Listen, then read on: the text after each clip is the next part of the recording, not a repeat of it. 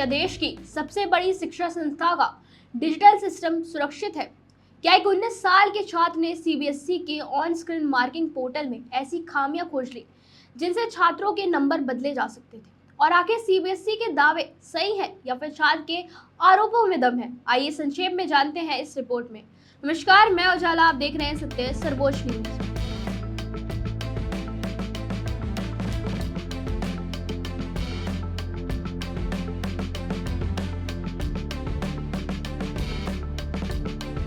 देश भर में इस वक्त सीबीएसई का नया ऑन स्क्रीन मार्किंग यानी ओएसएम सिस्टम भारी विवादों में घिर गया है। पहले छात्रों ने कॉपियों की स्कैनिंग और गलत उत्तर पुस्तिकाएं अपलोड होने की शिकायतें उठाई और अब एक 19 वर्षीय छात्र निसर्ग अधिकारी ने दावा किया है कि उसने सीबीएसई के ओएसएम पोर्टल में गंभीर सुरक्षा खामियां खोज निकाली है। दरअसल सीबीएसई ने इस साल यानी 2026 से क्लास 12 बोर्ड परीक्षाओं के मूल्यांकन के लिए पहली बार बड़े स्तर पर ऑन स्क्रीन मार्किंग सिस्टम लागू किया। इस सिस्टम में छात्रों की उत्तर पुस्तिकाओं को स्कैन करके ऑनलाइन जांचा जाता है। बोर्ड का दावा था कि इससे टोटलिंग की गलतियां कम होंगी, मूल्यांकन तेज होगा और पूरी प्रक्रिया ज्यादा पारदर्शी बनेगी।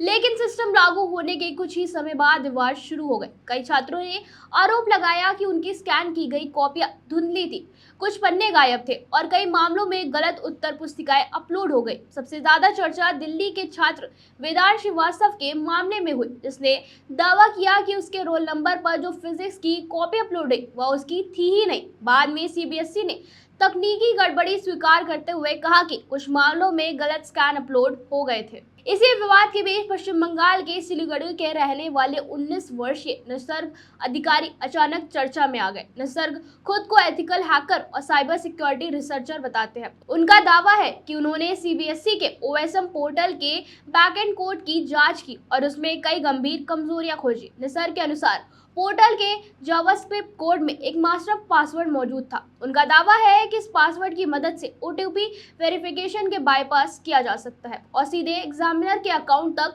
पहुंचा जा सकता है। निसर्ग ने दावा किया कि यदि किसी के पास एग्जामिनर की यूजर आईडी और स्कूल कोड हो तो वह लॉगिन करके उत्तर पुस्तिकाओं की जांच, नंबरों में बदलाव, यहाँ तक कि एग्जामिनर की निजी जानकारी और बैंक डिटेल्स तक एक्सेस कर सकता था।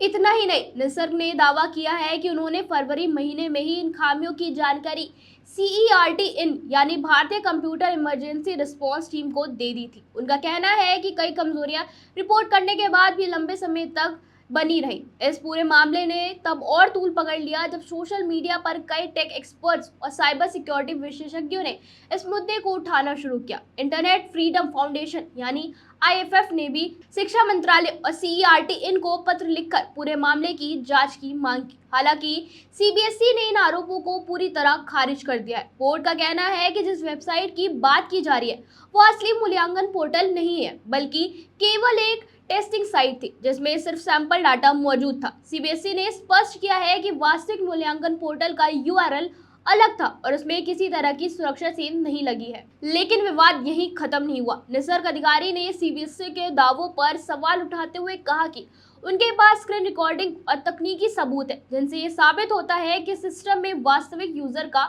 डाटा मौजूद था। उन्होंने दावा किया है कि जिन अकाउंट्स तक उन्होंने पहुंच बनाई वे असली शिक्षकों के अकाउंट थे। अब इस पूरे विवाद ने देश भर में शिक्षा व्यवस्था और डिजिटल सुरक्षा पर बड़ी बहस छेड़ दी है। सवाल उठ रहे हैं कि क्या इतनी बड़ी परीक्षा प्रणाली को लागू करने से पहले पर्याप्त साइबर ऑडिट किया गया था? क्या लाखों छात्रों के भविष्य से जुड़े सिस्टम को बिना पूरी तैयारी के लॉन्च कर दिया गया? और अगर ये केवल टेस्टिंग साइट थी तो उसमें इतनी संवेदनशील जानकारी आखिर क्यों मौजूद थी? आपको क्या लगता है? कमेंट करके जरूर बताएं और ऐसी ही खबरों के लिए देखते रहिए सत्य सर्वोच्च न्यूज और चैनल को सब्सक्राइब करना ना भूलें। धन्यवाद। जय हिंद।